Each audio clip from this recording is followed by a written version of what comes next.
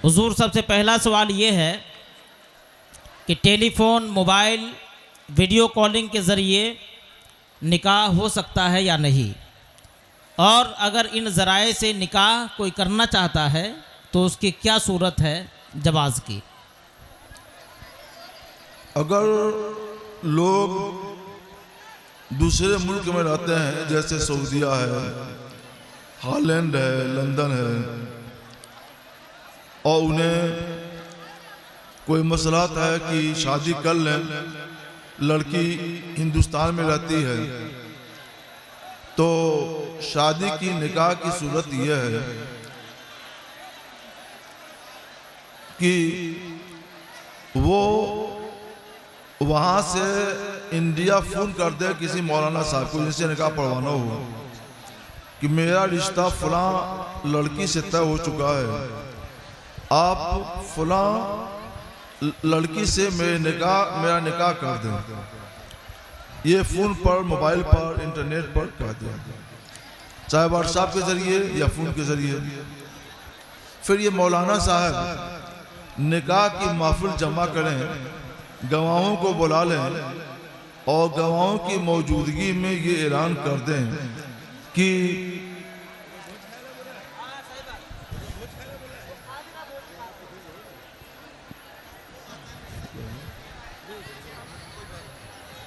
गवाहों की मौजूदगी में ये ऐलान कर दें कि फलां लड़के ने मसलन सऊदीया से फ़ोन करके मुझे अपने निकाह का वकील बनाया है, और मैंने अपनी वकालत में गवाहों की और हाज़रीन की मौजूदगी में फ़लाँ बिन फ़लाँ का अक़्द निकाह फ़लाना बिनते फ़लाँ के साथ इतने रुपये मार के साथ किया, तो निकाह हो जाएगा। अब वो चाहें तो इंटरनेट ऑन कर लें और दोनों इसको देखते रहें, सुनते रहें, तो ये सब जायज़ व दुरुस्त है, लेकिन यहाँ पर गवाह रहना चाहिए और मजलिस निकाह में ये साहब निकाह पढ़ा दे, वो वकील बना दे और ये निकाह पढ़ा दें, तो इस सूरत में निकाह सही व दुरुस्त हो जाएगा। माशाअल्लाह।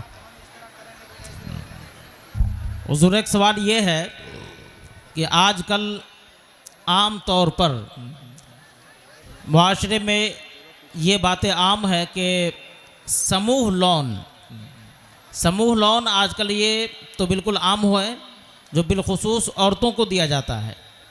उसकी सूरत ये होती है कि लोन देने वाला एक मुअय्यन रकम कर्ज़ की सूरत में वो देने वाले को देता है, फिर देते वक्त में इंश्योरेंस के नाम पे 4,000 रुपये वो पहले ही उसको काट दिया जाता है। फिर जो मुकम्मल रकम दी जाती है, मिसाल के तौर पे अगर 50,000 रुपया दिया है तो 4,000 रुपये इंश्योरेंस के तौर पे उसको काट दिया। अब उसको जो 50,000 रुपये है उसका जो कुछ भी ब्याज की सूरत में जो उसके रकम बनती है सबको जोड़ करके उसको एक किस्त बनाया जाता है, और फिर उसको हफ्ते पर तकसीम करके, चाहे वो 55 हफ्ता हो या 60 हफ्ता हो, उस पर तकसीम कर दिया जाता है, और हर हफ्ते उसके उसूली के लिए लोग आते हैं और अपनी रकम उसूल करके ले जाते हैं, तो ज़ायद रकम भी हुई। दूसरी बात यह है कि जो लोग उसूलने के लिए आते हैं वो मर्द होते हैं, औरतों की मजलिस जमा करके सारी औरतों के बीच में वो मर्द बैठते हैं, औरत और मर्द का इख्तिलात भी होता है। बसा औकात ये भी होता है कि जिसको उसने कर्ज दिया है, अगर वो मुअय्यन वक्त पर अपने किस्त को अदा नहीं करता है तो बाहमी झगड़े की नौबत भी आती है, हत्ता के गाली गलौज और बहुत दूर तक बातें पहुंच जाती है। अर्ज़ ये करना है कि समूह लोन जो इस वक्त में मुआशरे में आम है और तकरीबन अक्सर घर इसमें मुलव्विस है, इसकी शरई हैसियत क्या है?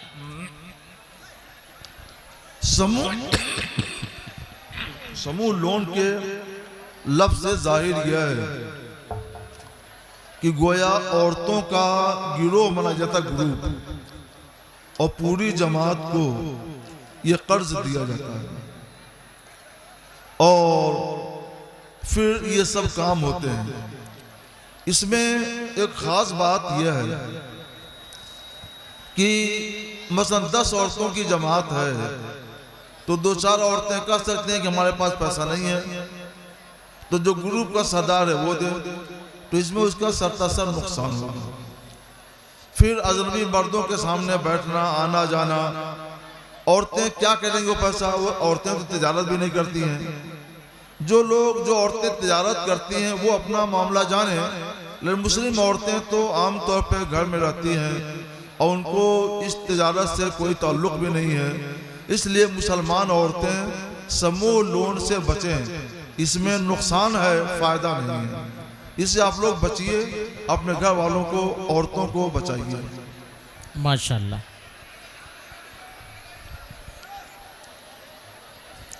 हुजूर, एक सवाल ये है कि निकाह के काजियाना के ताल्लुक़ से एक साहब ने पूछा है कि इमाम के बहाली के वक्त में इमाम साहब को ये बात कह दी जाती है कि मिसाल के तौर पर हमारे यहाँ जो आप निकाह पढ़ाते हैं तो काजियाने की शक्ल में 5,000 रुपये दिए जाते हैं, लेकिन आपको सिर्फ 3,000 रुपये मिलेंगे, बाकी 2,000 रुपये कमेटी के लोग कमेटी में रखेंगे। क्या ये सूरत शरई तौर पर दुरुस्त है या नहीं?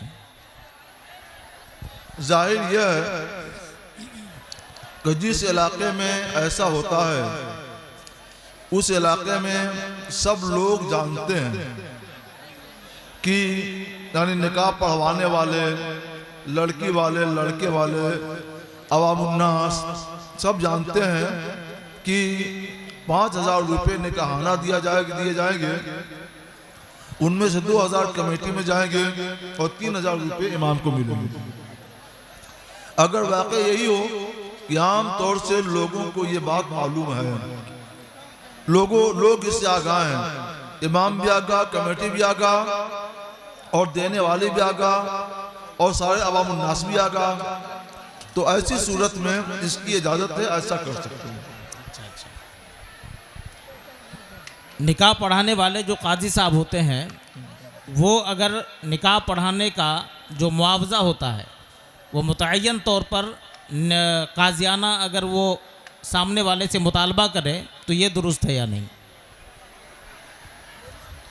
अगर वो पहले ही से कह दे हम निकाह पढ़ाएंगे और इतना लेंगे। निकाह पढ़ाना एक जायज़ काम है जिसके लिए आदमी वक्त देता है, आता है, जाता है।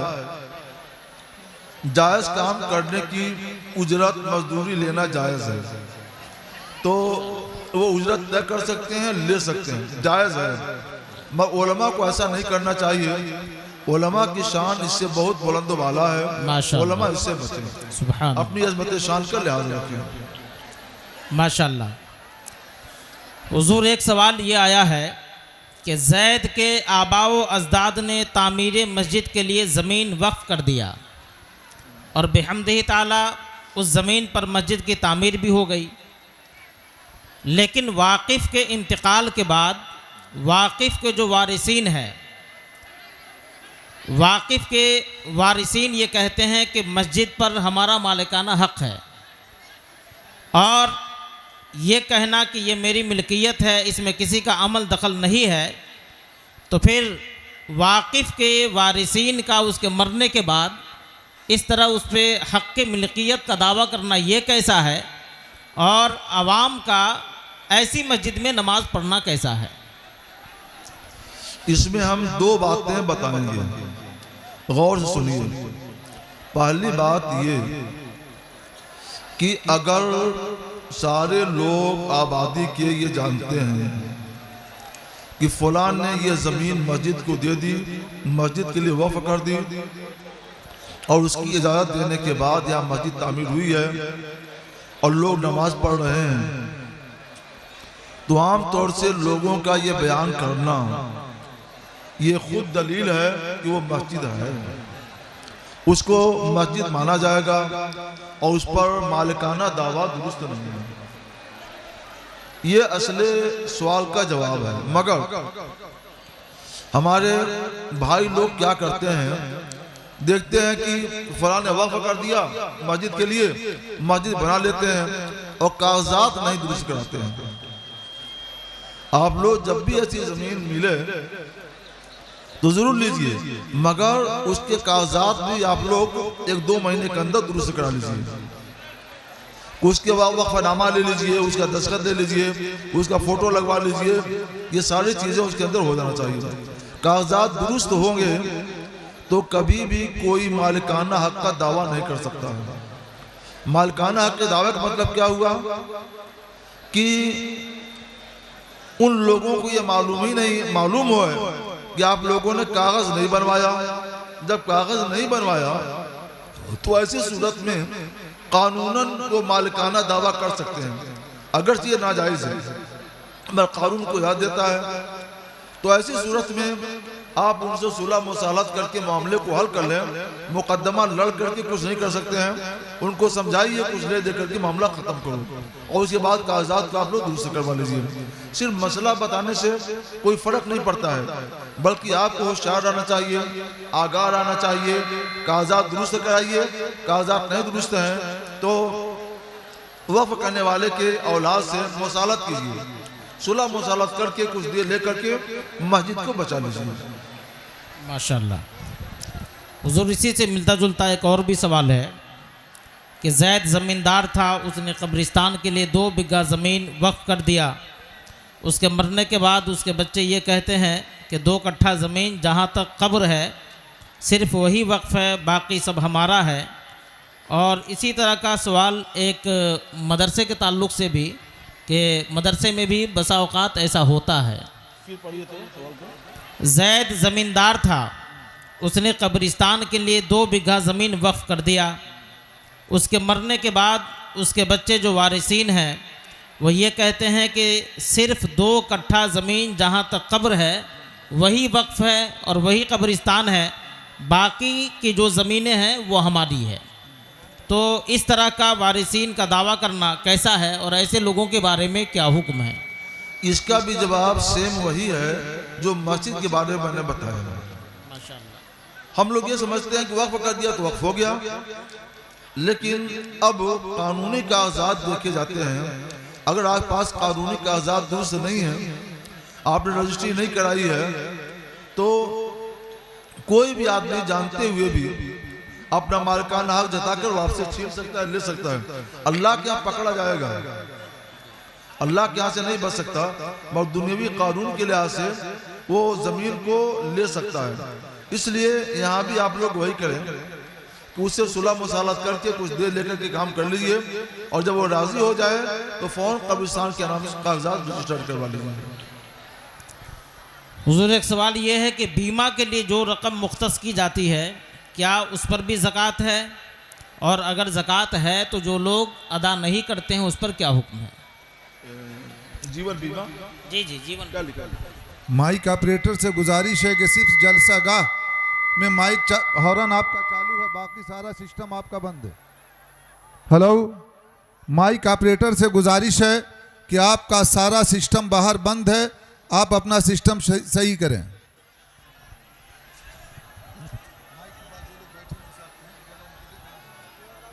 माइक शराफत का मुजाहरा तो ज़रूर कीजिए। ना आप जलसा होने दे रहे हैं, ना आप प्रोग्राम होने दे रहे हैं, और ना ढंग से आप सुन रहे हैं ना सुनने दे रहे हैं। इसलिए कम अज़ कम आप यहाँ बैठे हैं तो इतने बड़े बड़े उलमा जिनको आपने बुलाया है, आपको शायद मालूम नहीं है, इस वक्त में हुजूर मुहक्किक़ मसाइल जदीदा यूके के सफ़र से आए हैं, और अल्हम्दुलिल्लाह पूरे आलम इस्लाम में आपको क़द्र की निगाह से देखा जाता है। आपके फतवे पर पूरा आलम इस्लाम अमल करता है, और ऐसे लोग जब आसानी से दस्तयाब हो जाते हैं तो हम इसको हंगामा के नज़र कर देते हैं, ये हमारे लिए महरूमी होगी। इसलिए मैं आप तमामी हज़रात से गुजारिश करूँगा कि संजीदगी के साथ में सवाल जवाब का प्रोग्राम सुन लें, फिर इंशाअल्लाह ताला अगला प्रोग्राम आप तक पेश किया जाएगा। हुजूर, सवाल ये है कि जीवन बीमा के लिए जो रकम मुख्तस की जाती है उस पर ज़कात है या नहीं? जीवन बीमा के लिए जो रकम साल ब साल जमा की जाती है उस रकम पर भी ज़कात है, अगर वो आदमी मालिक निसाब है, बीमादार अगर मालिक निसाब है तो उस पर ज़कात फर्ज है। अब यह है कि जीवन बीमा की रकम मसलन पहले साल 20,000 हुई, दूसरे साल 40,000 हो गई, तीसरे साल 60,000 हो गई, फिर 80,000 हो गई, फिर 1 लाख हो गई, तो ज़कात कितने की निकाले? तो इसका जवाब यह है कि पहले साल 20,000 की रकम थी तो 20,000 की निकाले, दूसरे साल 40,000 हो गई, 40,000 की निकाले, तो रकम बढ़ती जाए उसी तौर पर ज़कात अदा करता रहे। अगर जीवन बीमा वाले कॉर्पोरेशन हर साल उस पर नफा भी लिख देता है तो उस नफा की भी ज़कात देनी होगी। जैसे मान लीजिए 20,000 आपने किस्त जमा किया और उसके ऊपर 500 रुपये आपको नफा की मिल गए तो आपको 20,500 रुपये की ज़कात देनी पड़ेगी माशाल्लाह। आइंदा साल 40,000 बल्कि 41,000 की ज़कात देनी पड़ेगी। बेशक ये सब आप याद कर लीजिए कि उसकी ज़कात है। और नफा मिलता है तो नफा भी साल ब साल का जोड़ते जाएंगे और उसकी ज़कात देते जाएंगे माशाल्लाह। उसी से मुताल्लिक एक सवाल ये भी है कि ज़कात किन लोगों पर फ़र्ज़ है और कर्ज़ की सूरत में ज़कात का हुक्म क्या है? ज़कात किन लोगों पर फ़र्ज़ है? जी, किन लोगों पर फ़र्ज़ है और वो आदमी अगर कर्ज़दार है, वो कर्ज़ लिया हुआ है, तो ऐसी सूरत में वो ज़कात का क्या हुक्म होगा? मोबाइल है तो कैलकुलेटर निकालिए। 56 को ज़रब दीजिए 11 ग्राम 664 मिलीग्राम। 664 हाँ कितना हो रहा है? 653 हो रहा है। 653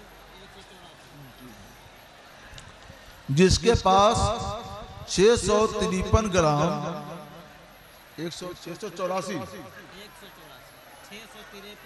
अच्छा, जिसके पास 653 ग्राम और 184 मिलीग्राम चांदी हो, इतनी चांदी हो या इतनी चांदी का जितना दाम बनता है उतना दाम हो तो वो मालिक निसाब है माशाल्लाह। 653 ग्राम और 184 मिलीग्राम चांदी। तो जिसके पास इतनी चांदी होगी वो मालिक निसाब है। या चांदी तो उतनी नहीं है, चांदी कम है मगर उसके पास रुपए भी हैं, रुपए और चांदी दोनों मिलाकर उसकी कीमत इतनी हो जाती है कि वो 653 ग्राम 184 मिलीग्राम हो जाए तो उस पर ज़कात फर्ज है और वो मालिक निसाब है। क्यों शोर है? आवाज नहीं पहुंच रही है।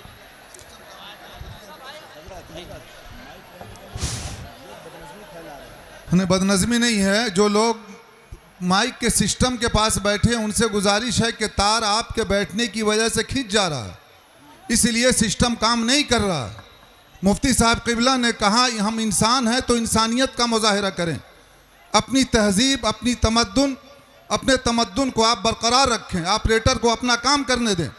आप माइक ऑपरेटर के तार पे बैठ जाएंगे, सिस्टम कैसे काम करेगा? अजीब मिजाज है आप लोगों का, बात समझ में नहीं आ रही है। आप हजरात सिस्टम के पास से हटें।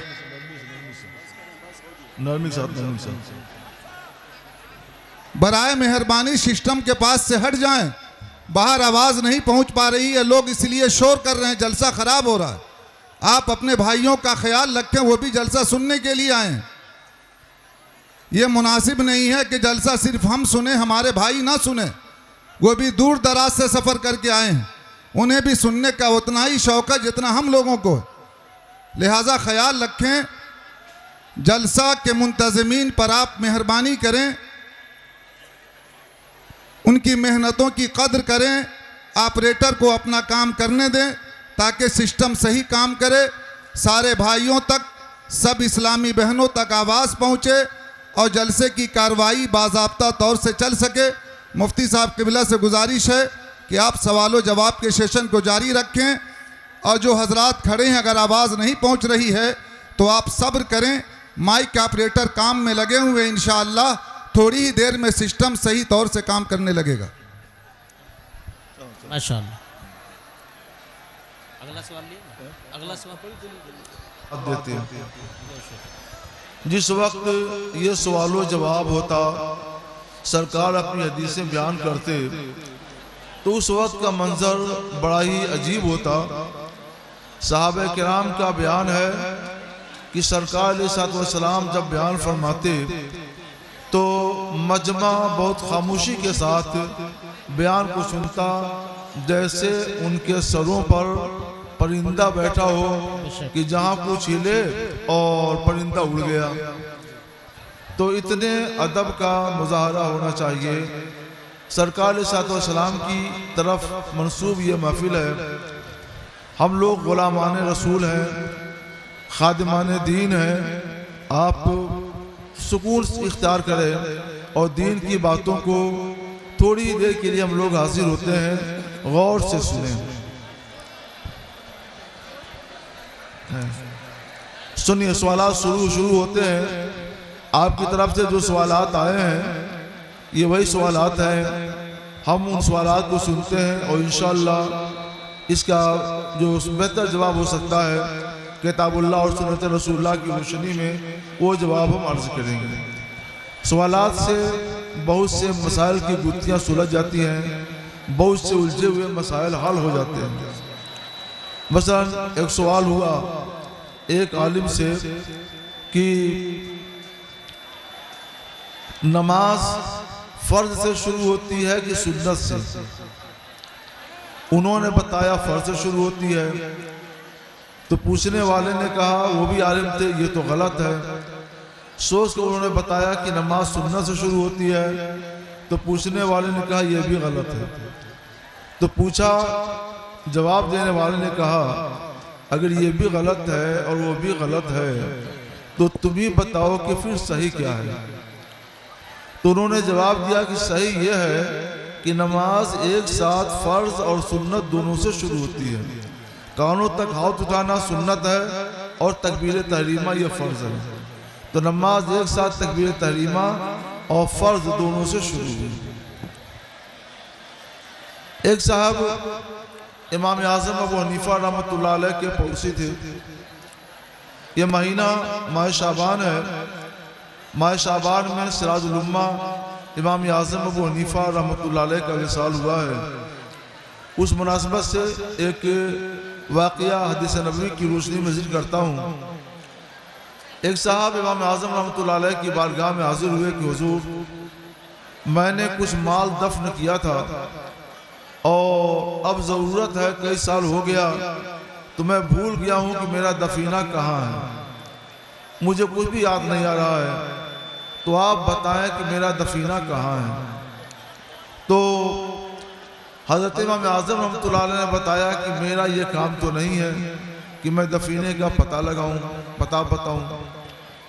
तो उन्होंने फरमाया कि हज़रत सारी दुनिया के मसाइल आप हल करते हैं, पड़ोसी का मसला कोई और हल करेगा, आपको हल करना चाहिए। तो इमाम आज़म रहमतुल्लाह अलैह ने देखा कि धुन का पक्का है, मानेगा नहीं। तो आपने फरमाया कि अच्छा ठीक है, जाओ इशा की नमाज के बाद ताज़ा वज़ू करके 2-2 रकात की नीयत से नफल नमाज पढ़ना और 100 रकात पढ़ना। फिर सुबह में आओगे तो हम तुम्हें तुम्हारे दफीने का पता बता देंगे। ये बहुत खुश हुआ कि बहुत अच्छा है, हमें सवाब भी मिलेगा, इबादत भी हो जाएगी, दफीने का पता भी चल जाएगा।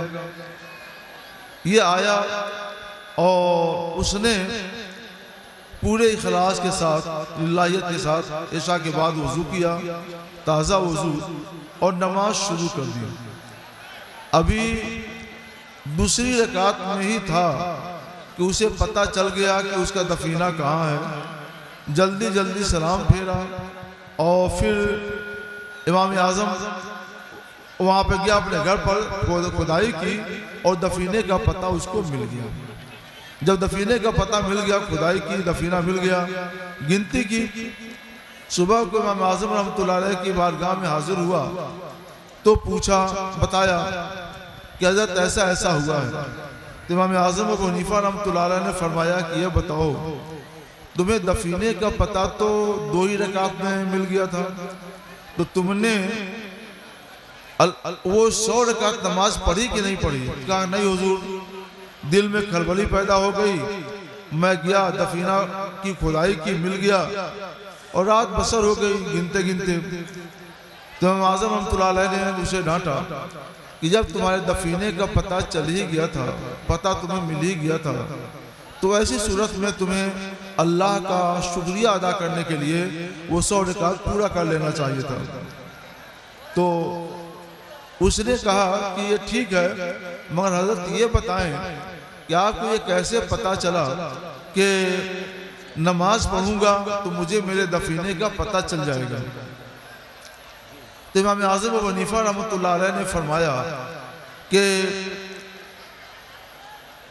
हदीस पाक में है, हुजूर अक़दस सैयद आलम सल्लल्लाहु अलैहि वसल्लम इरशाद फरमाते हैं कि जो शख्स ताज़ा वज़ू करके और दिल लगा करके नमाज पढ़ता है तो शैतान उसके पास आ जाता है और कहता है उसकुल कज़ा, फला बात याद करो, फला बात याद करो। वो बातें जो ये भूल गया था वो सब बातें वो उसको याद दिलाता है। तो और फिर वो अपनी बातें, भूली हुई बातें याद करने में लग जाता है और नमाज का ख्याल नहीं रह जाता। तो फिर उसे पता नहीं चलता कि 3 रकात पढ़ी है कि 4 रकात, 2 रकात पढ़ी है 3 रकात। तो मैंने सोचा कि तुम्हारा वो दुश्मन अज़ली शैतान दुनिया में कहीं भी होगा, 100 रकात पूरी होते होते वो आ जाएगा और तुम्हें उसका पता बता देगा। तो इसलिए मैंने ये बताया था, मगर ये देखो कि तुम्हारा कितना बड़ा दुश्मन है कि 100 रकात तो बड़ी बात है, 2 रकात भी नहीं पूरी होने दिया और उसने तुम्हें आकर के तुम्हारे दफीने का पता बता दिया। सिराजुल उम्मा इमाम आज़म अबू हनीफा रहमतुल्लाह ताला अलैह वो बुजुर्ग हैं अल्हम्दुलिल्लाह के वो दफीने का मसला भी हदीस सही से हल करते हैं। तो नमाज, रोज़ा, हज, ज़कात वगैरह के मसाइल वो अक्ल और क़ियास चल करेंगे, ऐसा नहीं है। कई लाख मसले इमाम आज़म रहमतुल्लाह अलैह ने हल किए हैं।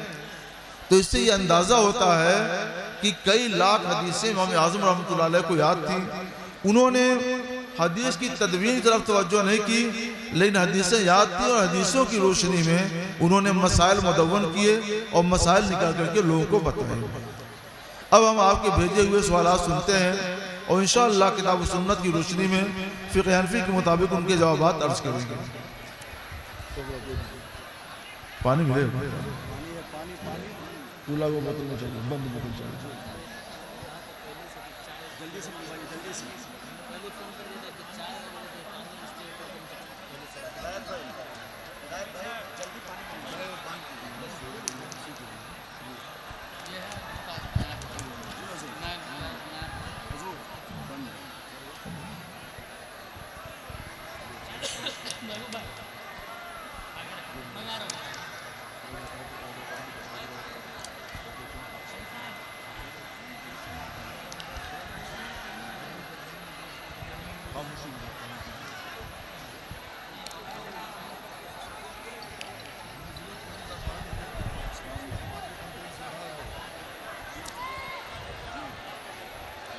हेलो, ऑपरेटर से गुजारिश है कि जो हॉर्न बंद है उसको आप चालू कर दीजिए ताकि आवाज़ जिन लोगों तक नहीं पहुंच पा रही है साफ़ सुथरे अंदाज में उन लोगों तक आवाज़ पहुंच जाए।